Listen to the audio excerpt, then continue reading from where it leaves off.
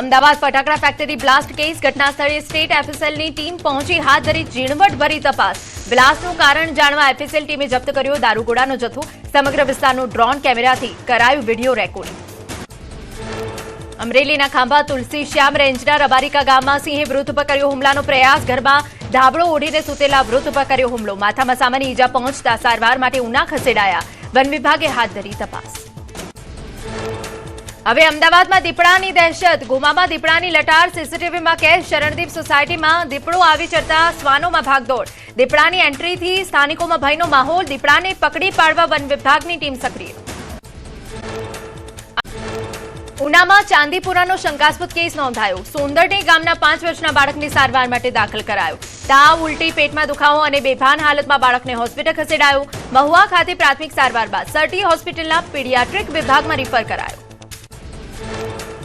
જૂનાગઢમાં ગિરનાર દૂધધારા અભિષેક અટકાવાયો. રેવતક સમિતિના લોકોને પ્રવેશ દ્વાર પર અટકાવાયા. ગિરનાર ઉપર દૂધ લઈ જવાની મનાઈ ફરમાવી પોલીસે જાહેરનામાનું આગળ ધર્યું કારણ. ભવનાથ મહાદેવ મંદિર સાથે શરૂ કરાયો હતો ગિરનાર દૂધધારા અભિષેક. ગિરનાર સીડી પાસે રેવતક સમિતિના લોકોને રોકી દેવાયા. સમિતિએ તમામ લોકોનું રજીસ્ટ્રેશન કરાવ્યું હોવાનો દાવો. સારા વરસાદ અને નકારાત્મક ઉર્જા દૂર કરવાની પ્રાર્થના સાથે કરવાનો હતો અભિષેક.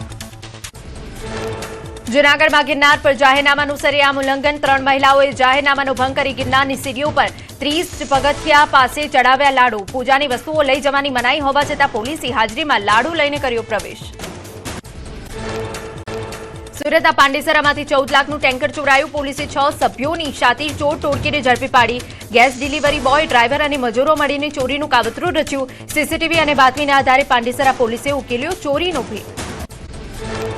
રાજકોટમાં સોમનાથ 2 વિસ્તારમાં હત્યાની ઘટના. પૈસાની લેતી દેતી મામલે કૌટુંબિક ભત્રીજાએ કરી કૌટુંબિક કાકાની હત્યા. હાર્દિક ધોળકિયા નામનો આરોપી વળતા હુમલામાં થયો ઘાયલ. યુનિવર્સિટી પોલીસે તપાસ હાથ ધરી. સુરતના કતાર ગામમાં યુવા દંપતીના રહસ્યમય મોત. અભય કાતરિયા ઘરમાં ફાંસો ખાધેલી હાલતમાં, જ્યારે પત્ની દિશા જમીન પર મૃત હાલતમાં મળી આવી. 1 વર્ષ પહેલા જ થયા હતા પ્રેમ લગ્ન. પોલીસે હાથ ધરી તપાસ.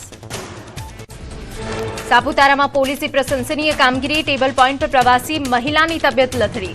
મહિલાને ખેંચ આવતા સમયસર હોસ્પિટલ પહોંચાડી જીવ બચાવ્યો. સમયસર સારવાર મળતા સુરતના પરિવારે આભાર માન્યો.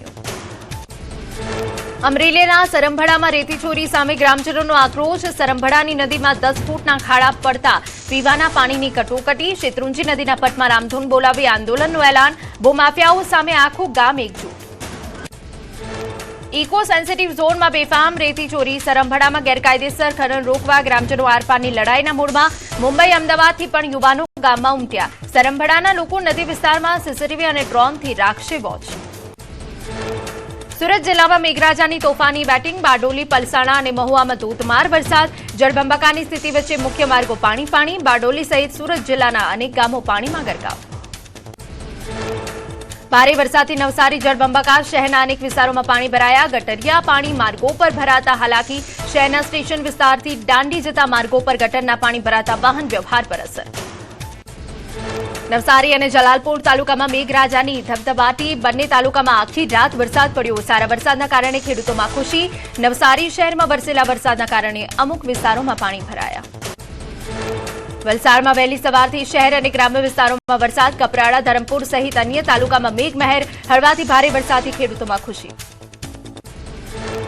વડોદરામાં વહેલી સવારથી જામ્યો વરસાદી માહોલ. દાંડિયા બજાર, વાઘોડિયા રોડ, સમા, ફતેગંજ, નિઝામપુરા, મકરપુરામાં વરસાદી ઝાપટા. ગોત્રી, સેવાસી, ભાયલી, સયાજીગંજ સહિતના વિસ્તારોમાં મેઘમહેર.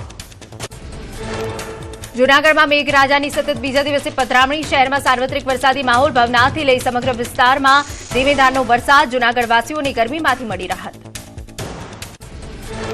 રાજૌરીમાં આકાશી આફતે મચાવી તબાહી. પૂરના પાણી ઘરોમાં ઘૂસતા ઘરવખરી અને અનાજ પલળ્યું. અનેક મૂંગા પશુઓ પૂરના પાણીમાં તણાયા. તંત્ર પાસે તાત્કાલિક રાહત અને વળતરની માંગ.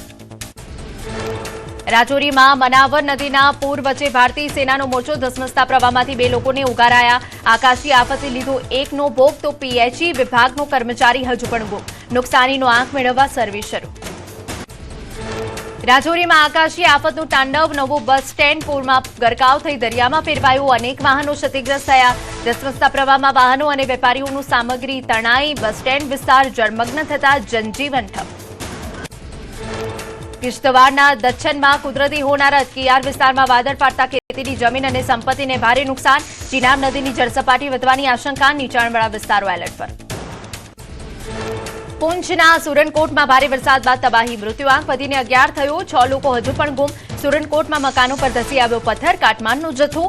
વહીવટીતંત્ર અને પોલીસ દ્વારા રેસ્ક્યુ ઓપરેશન કરાયું. પૂંછમાં ખાકીનો માનવતાવાદી ચહેરો. પૂરના રૌદ્ર સ્વરૂપ વચ્ચે પોલીસે જીવ જોખમમાં મૂકી ગર્ભવતી ભેંસનો જીવ બચાવ્યો. પૂનજ નદીના ધસમસતા પ્રવાહમાં તણાઈ આવેલી ભેંસ માટે પોલીસ દેવદૂત બની. તંત્રની અવગણનાથી ઉધમપુરમાં સંકટ વધ્યું. ઓસુ નાળાના પૂર વચ્ચે જીવના જોખમમાં મૂકવા મજબૂર બન્યા ગ્રામજનો. ઉધમપુરમાં પુલ ન હોવાથી શાળાના બાળકો અને દર્દીઓનો જીવ અદ્ધર. ઓસુ કૈરા ગામનો મુખ્ય શહેર સાથેનો સંપર્ક તૂટ્યો. જમ્મુ કાશ્મીરના પૂંછ જિલ્લામાં પૂંછમાં કુદરતી હોનારત બાદ અંધારપટ. ભારે વરસાદ અને ભૂસ્ખલનના કારણે વીજ માળખું ધરાશાયી. જિલ્લામાં આગામી 48 કલાક વીજળી ગુલ રહેશે. રાજૌરી પૂંછ વચ્ચેની 132 કેવી પાવર લાઇનના 2 ટાવર ક્ષતિગ્રસ્ત થયા. 22 જુલાઈથી ફરી થશે વરસાદનું આગમન. હવામાન નિષ્ણાંત અંબાલાલ પટેલની આગાહી. સાયક્લોનિક સિસ્ટમ સક્રિય થતા ઉત્તર મધ્ય ગુજરાતમાં વરસાદ. ઉત્તર ગુજરાતના ભાગોમાં 3 ઇંચ કે તેનાથી વધારે વરસાદ પડવાની સંભાવના. મધ્ય ગુજરાતના ભાગોમાં મેઘમહેર થશે. 4 ઇંચ કે તેથી વધુ વરસાદની શક્યતા. સિસ્ટમ મજબૂત હશે તો 5 કે 6 ઇંચ જેટલો વરસાદ પડી શકે.